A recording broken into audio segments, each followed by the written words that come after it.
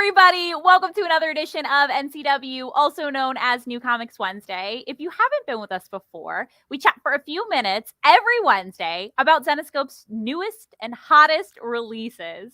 Today, we're going to be talking about our Tales of Terror annual Goddess of Death, aka Carries, and I will be bringing on writer Pat Shan to talk about that. We're also going to talk about last week's release, which was Return of the League of Monsters Part 1, because I have a lot of dying emotional questions about it without spoiling too much.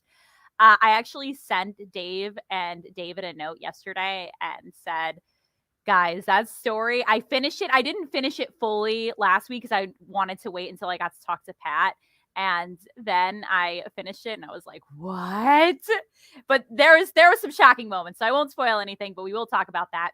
To find our newest releases, you can get them on Comixology, which is actually doing a 70% sale off on a lot of our Zenescope stuff. The biggest sale of the entire year. It's going on through November 29th. That will be like our omnibuses, some really, really popular Zenescope titles. And yes, John, there is a VCon tonight. At 6 p.m., we'll be doing Fall Fest. So I'm looking forward to seeing you guys there. I'm going to talk about that at the end of our show a little bit too. Thank you, Casey, for showing the graphic. But again, if you're looking for our newest releases, you can get them on Comixology, which is doing a sale right now. You could also get them on our web store. Just go to new releases, and you can get them at your local comic shop. On top of that, if you want to watch any of our past NCWs, you would just go to our YouTube channel and you would subscribe, and you'll see all of our latest insight on our latest releases since March, I believe. So without further ado, I am going to kick things off to talk about Return of the League of Monsters Part 1. And I'm going to bring on writer Pat Shan. Hey, what's going on? Hey. Thanks for having me. Yes, always, always. Before I dive in, let's just talk about your TikTok channel a little bit. Yeah, let's do it. Let's do it. At Pat Shan on TikTok. So when I was first, like when you commented on one of our videos, I run our TikTok channel, you were like, oh, Zenescope's on TikTok. And then I went to that and I was like, oh my God, Pat Shan opening up Pokemon cards. Yeah, that's me. You know, yeah, on TikTok, my primary thing is opening Pokemon cards, doing live streams. I try to talk a bit about my career too, but it's the one platform right now where I'm still, you know, having fun and not just totally, you know, being Pat Shan the writer. Yeah. I love that. And I don't want to spoil anything, but maybe Pat will be having some of our Tales of Terror trading cards on there. I don't know. We'll see. We'll see. Stay tuned. So last week I did talk about Return of the League of Monsters Part 1, and this is Van Helsing's storyline. And if you guys haven't read Van Helsing, The League of Monsters, you need to do that. That won't really be like a huge premise of this book, but it will set you up as to why these crossovers are so big. So break down for me, Pat, all of the villains who've ganged up on Liesel. Like, we've seen many of them recently this year too in stories. Yeah. In fact, my first issue back with Zenescope after, you know, a years of break was Van Helsing versus the Invisible Woman. And that was one of the issues where we saw, you know, sort of the assembling of this new League of Monsters. So we have the Invisible Woman. We have the Bride of Frankenstein and Frankenstein, who were introduced back in the third Van Helsing series that I did, Van Helsing versus Frankenstein. So those three. You have the Beast of Exmoor, who was introduced in the direct previous issue of the series by Brian Hawkins, cool guy, and Dracula's daughter, who is a character introduced by, I believe, Raven Gregory, my guy Raven, I think. I want to say yes, but don't quote me on that. Yeah. So it was kind of a mix of characters that I had written before and characters that were kind of brand new to me. You know, like I hadn't written Dracula's daughter Charlotte before, and she is in many ways the crux of that group. You know, she's like the key big bad in Van Helsing's life right now, and it was cool to sort of take her villains from different eras and sort of bring them into the now and just give her a crazy challenge. So you kind of just spoke a little bit to that, but in the story, immediately it's like one monster comes in after another monster comes in after another monster. Like, how fun was writing that? Like, Liesel gets just like hit with one after another after another. Yeah, it was cool. It was a deep dive back into the continuity of Zenescope because one of the things that interested me and kind of drew me back was how fresh things were from where I had left them. When you're writing in a shared universe, I was staff writer for 5 years.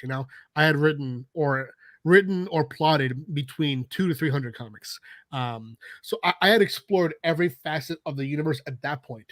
But now, years later, writers like Dave, Joe, Brian Hawkins, all these writers had changed, the fabric of the Grimm universe while I was doing other things. So it was cool to come back and just, dive into something that had a huge cast of characters and just really see everything from a new and fresh perspective. I just want to take a quick pause. Like, Raven's been blowing us up. He likes my coat. It's cold in here. It was. The heat's on now, so I'm wearing my coat. It is a fresh coat. And I do want to shout out in the comments, I see Aaron Greenhouse said that he pledged to my Thirsty Kickstarter. That is my 18 plus book that I wrote with my wife, Amy Shan. That is being produced right now. We're done with it. It's going to be sent PDF coming soon. Printed copy also very soon. Awesome. Yeah. So if you guys haven't done, thank you for the shout out, Pat. So back to the story. This happens to be a 2-part storyline. Obviously, part 1 out now, part 2 coming soon. How often does that happen in the Zenescope universe? And if it does, like, why does it happen? Why do we do 2-part issues? As far as how often, I don't really know because what I have experienced myself in my return to writing for Zenescope is that the stories tend to be more they're still serialized in that my Van Helsing the Invisible Woman culminates in this 2-parter. She was introduced here and she plays an integral role in this 2-parter, so it still feels like a series and an arc, but with the exception of this series, everything I've written has either been a 32-page standalone issue or a 64-page pretty much graphic novel. There's been really no in between except this one, which is, it's a 2-parter, but it's more than that too. It feels more substantial because each issue is also oversized. So it almost feels like a mini series would, but instead of cut up into 22-page slices, it's 2 larger slices. Gotcha. Yeah, so again, we're talking about Return of the League of Monsters Part 1, which was released last Wednesday. Yeah. Part 2, do we know a release date for that, or we're not sure yet?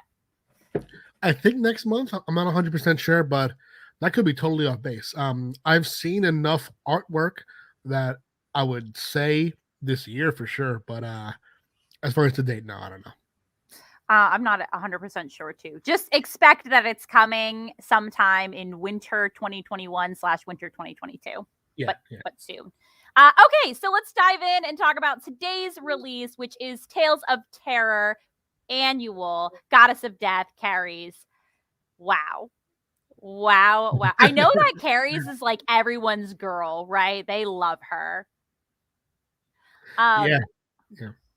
I'm going to have Casey host up the banners or the covers, and then you tell me which one is your favorite. I love playing this game. Okay, let's do it. Okay, so here is cover A. Iconic, This is a really strong cover A. Yeah, strong, iconic pose, background, get the hell action going. Pillars of Stone, strong cover. I love the fire. Okay, here's cover B. Also strong, a much cooler vibe. She's chilling. She has the crown of skulls. I do like each cover. It has the same format with the header. It's very clean. Thank you. Okay, cover C. And here we have the clear winner. We have this painterly cover. It's sort of it's a bit mind bending how it's done. A bit watercolor. It's it's classy. It is, there's a light touch, there's restraint to it. This cover, mwah. They're also good. They're also 3 very strong covers for this storyline. Yeah, definitely. It's I'm honored to write these stories, and when I see the covers come in, back in the day when I was editing, there was a stress to the covers because I was also in charge of hiring cover artists sometimes and like writing concepts. Now I'm just writing it, so when the covers come in, the stress is removed. Wow, what a joy! It's beautiful. You're like, don't have to worry about it anymore. Yeah, definitely. Okay, so let's dive in. I'm going to read the synopsis, and then I'll ask you some questions. Caris is the goddess of death and has punished many deserving beings, sending them to pay for their sins for eternity in a hellish afterlife. But Caris isn't the only one who should be feared. The world below is full of those who seek and to take power, but also escape the prison they are held in and rise to our world. The 12 kings of hell are making their move, and only Caris stands in the way of utter world-changing chaos. Will she be able to stop them and keep hell from rising? Who is the 13th king of hell? Find out in this dark and evil trip to the world beyond as we pull back the veil and learn the secrets of the goddess of death. Yeah. That was pretty strong. crazy. Pretty epic. Pretty epic. And the delivery, very good. Very good. Thank you, Pat. That's why I have you on the show. Can you tell us about the backstory of the characters? Because we get a very lengthy opening in this, and we immediately see a bunch of characters all laid out in the story. Yeah. All right. So there's a lot that goes into this one, and that makes it a bit more of a mythic kind of story. In this, there's no character in here that is a grounded human street level character. There's no Robin, there's no Van Helsing. It is pretty much movers of fate, demons, gods, pretty much things that are above gods, the order of death.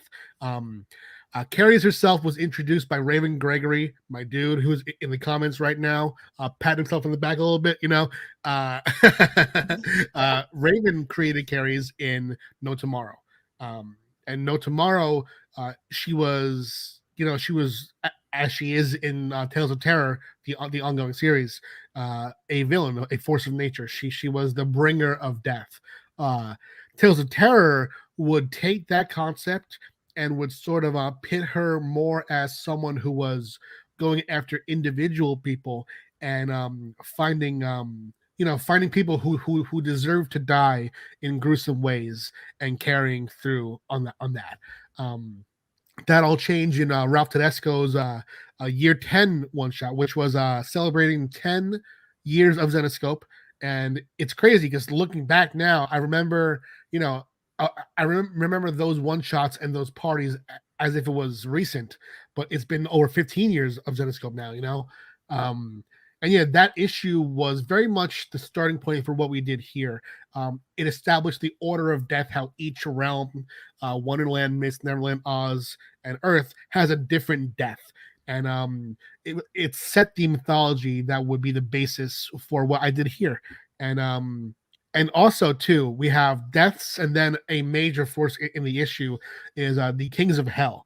And the Kings of Hell, if you're reading the ongoing Zenescope stuff, like the Van Helsing issues, a previous Tales of Terror one-shot, the Kings of Hell are these 12 demon kings who, of course, are in hell, who dream of breaking through and bringing their reign of terror to our world. And this issue is about the collision of the Kings of Hell with the Order of Death, who do not want that to happen. So is there a reason why we show every king in an image? Like, will we ever get more of them? Yeah, I think so. And plus, I wanted it to, in a book like this where the core character is Caris, and there are supporting characters who are the villains, the 12 Kings of Hell, and plus the core villain who is someone that they team up with in a way. And then you have the supporting quote unquote good characters who are the Order of Death, who we wouldn't necessarily as humans see as good, but they are more morally ambiguous characters who shape the fates of people. What we had to do here was pick and choose who gets their moments to shine. Like there are certain scenes where I'll narrow down the cast of the Kings of Hell and have a smaller crew perform a certain action. I'll give certain characters their time to shine. And with the Order of Death, for example, there's a Reaper for each realm, and then an overall lead, the judge. There's not much that you can do in 64 pages that is going to give each character an arc. So I had to pick and choose who got their main moments. And for example, Carrie's is the core, but Thanatos, who's the Reaper of Neverland, he got some great stuff in this issue where he ended up being my favorite to write. Oh, really? Yeah, because he approaches death in a way that he sees the innocence of it. He is still able to mourn, for example, the death of a frog as he would mourn the death of a more humanoid being. He sees the equality of it all, and he is portrayed as a little boy. So when he fights the Kings of Hell, when you see the power unleashed, it's shocking. I've written a lot for Zenescope, and there's not much that you could do in a Robin Hood comic that I haven't thought of, because I know the character very well, written her for 40 issues. I wouldn't be shocked at Robin Hood doing an arrow trick. I wanted to shock readers because we don't know these characters yet. The way that Robin Hood and Van Helsing, we know their powers. The Order of Death, their powers are brand new to us. So I wanted to show that, we're dealing with true God level powers here. And to really have a clash of fates here. So yeah, Thanatos was the one that I focused on as a non-Carrie's good character to flesh out.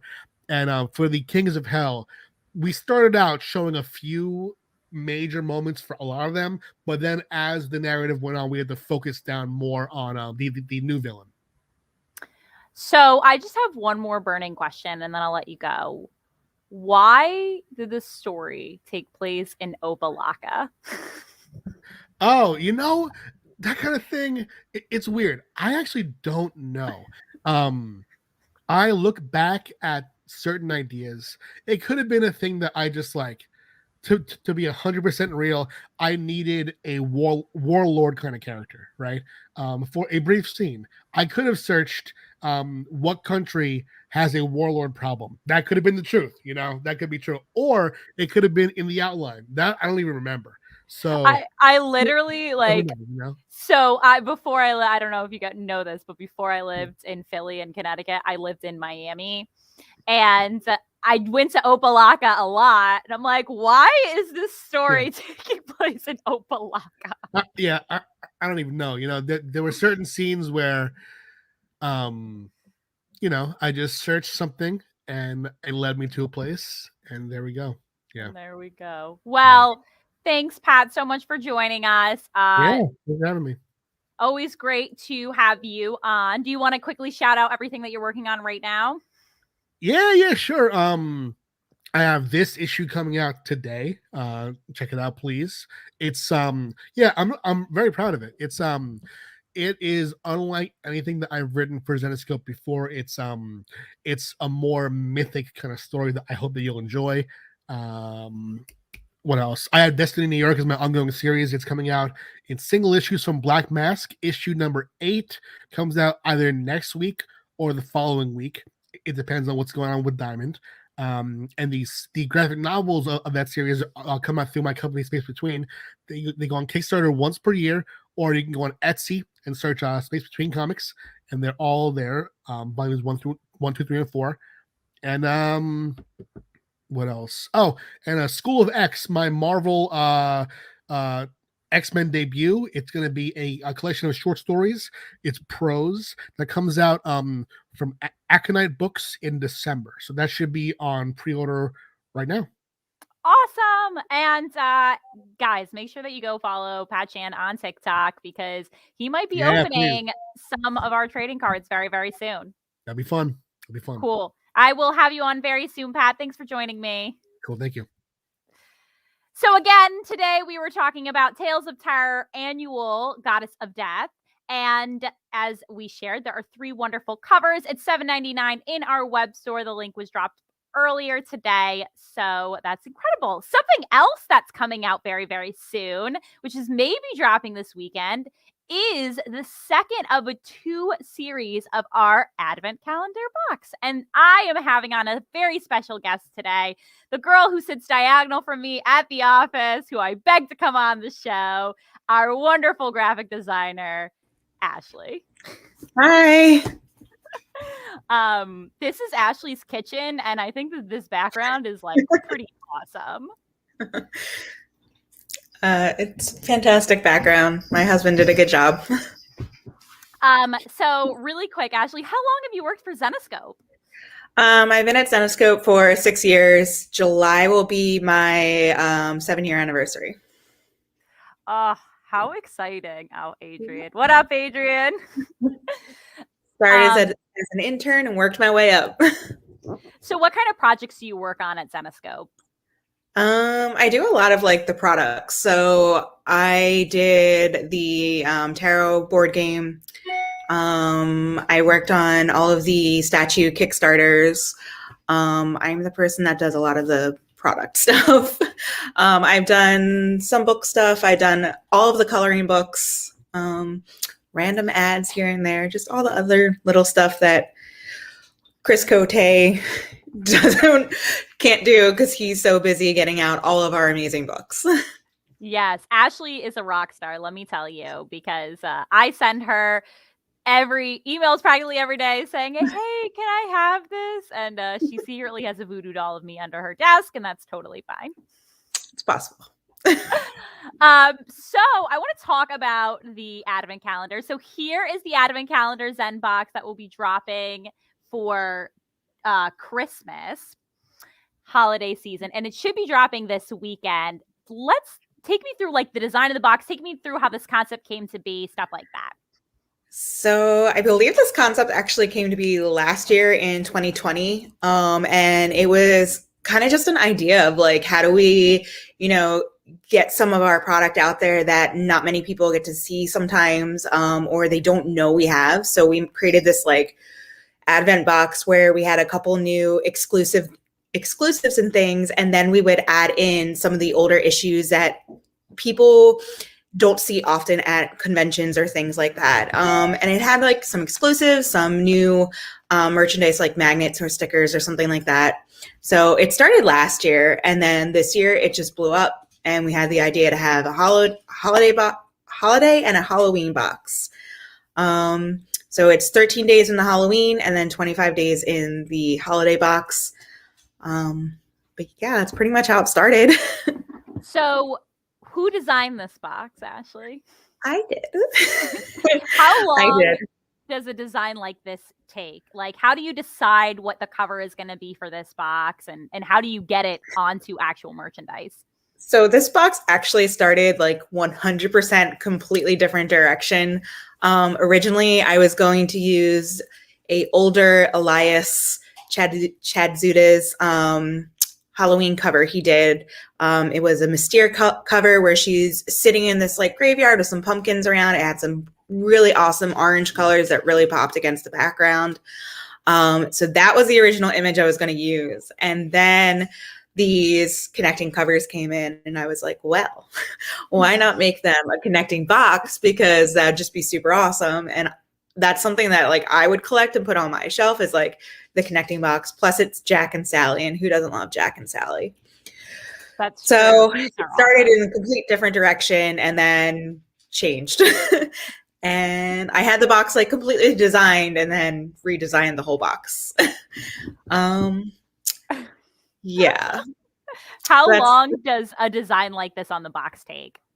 A couple hours, sometimes longer. There's a lot of little tweaks to it. So it's a lot of like putting it together, looking at it, putting it off to the side, doing something else, coming back, going, that doesn't really look good. Let's change it up. Or let's move this like half a centimeter to the left. So it can take like a couple hours. Sometimes it's a few hours a day for like a week. It just really depends. The holiday box was definitely easier to put together than the Halloween box. The Halloween box was the first initial concept. And once I kind of had that figured out, I was able to put all of the holiday stuff into that template basically and just adjust what needed to be adjusted. Okay, so inside the box, and I'm going to open this up. How do you decide what was like going to be the inside of the box? Well, for the Halloween one, I wanted to go with the pinstripes from Jack's suit.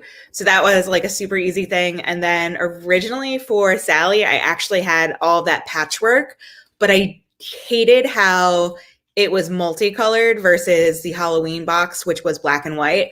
So the outside of this box is going to be white with the Sally cover. So then I just decided, why not do the stitch marks and just black and white that like I did the other box. So it's very, Halloween is a very dark box, while this is a very bright white box. These boxes are awesome, man. Super awesome. Okay, so inside the box, it will come with 25 wonderful envelopes. Here's envelope number 1. I'm not going to show you what's inside because that would be cheating. But take me through the design of the envelopes now. The design of the envelopes is a little more difficult because I'm working on limited space. And I didn't want to use just the straight inks of our character because you already get that on the box. So I basically took background elements from the inks and used those to put on the envelopes. A lot of people, when you see the cover, they take in the character first, and those are always secondary objects. So I wanted those to be the focus for these envelopes. So you do get just the little things, like there's the pumpkins on the smaller Halloween envelopes. You have the trees on the smaller holiday envelopes. And then 0 makes an appearance on the big Halloween envelope. So the inks, and I just wanted to use a different part of the artwork. This is so crazy. Okay, so then what else do you design in a box like that? You also do the ads. Yes. Yes, I do the ads. For this box in particular, I also put together the one of the Advent mini prints. And then all of the products that we go into that, like the stickers, magnets, whatever we're putting into that, I'm putting those products together as well. That's crazy. It's a lot of work, but I enjoy it. Are you really, really satisfied and super proud of this product? I'm am. proud of you. This has definitely become like my baby. So everybody should go out and buy these boxes because they're flipping fantastic, and you get 13 awesome items for the Halloween and 25 awesome items for the Christmas. And they're like my baby. So go buy them. Like I said before, this will be dropping very, very soon. Should be dropping this weekend. Make sure that you're checking out updates on the web store. If you haven't gotten the first box, you're going to want to do that, because if you missed out on the connecting cover for Halloween and Halloween's over, first of all, Halloween's never really over. Second of all, halfway to Halloween, March, how will you celebrate besides having this box? And as you know, no 2 boxes are the same, because as we spoiled, there is an incredible sketch cover in that you could have one of a kind by any artist. And it was a lot of fun actually for the first box, seeing all the sketch covers that our VIPs and our fans were posting. Dave definitely worked very hard getting all of those sketch covers in. He did a great job. And so we also teased one of the covers, and Ula and John have actually been teasing a couple of the other. We have a really hot John Royal cover that will be dropping in this box. So you're going to want to get it. And you can see a teaser of the cover. If you watch our TikTok, I try to recreate the cover when Chris Cote gives me a job in graphic design and immediately regrets it. Well, Ashley, it was so great to have you on. Thank you so much for talking about the Advent box. No problem. Thanks for having me. I'll have you on soon, whether you know it or not. Bye. Bye. Again, that was Ashley. She is our graphic designer. We were talking a little bit about our 2021 Advent Calendar Zen box, which will be dropping sometime this weekend. Make sure that you keep everything on the lookout. And again, this folder, there is 25 days to count down to Christmas, countdown to the holiday season. So make sure that you get this box because it is incredible. So more information coming. Make sure that you're checking that out on Zenescope.com. Okay, full recap mode. This has been a very long edition of NCW, and it's only teasing because it's about to be a long night of Fall Fest. But so today we talked about our Tales of Terror annual, which was Goddess of Death. There were 3 incredible covers. That is $7.99. Again, you can get it on Comixology, which is having a massive sale right now, 70% off, up to 70% off. A lot of our iconic and most popular titles, including our omnibuses. So make sure you go to Comixology. You can check our social pages. We've posted about it a lot. On top of that, you can get it at your local comic shop, or you can get it on Zenescope.com.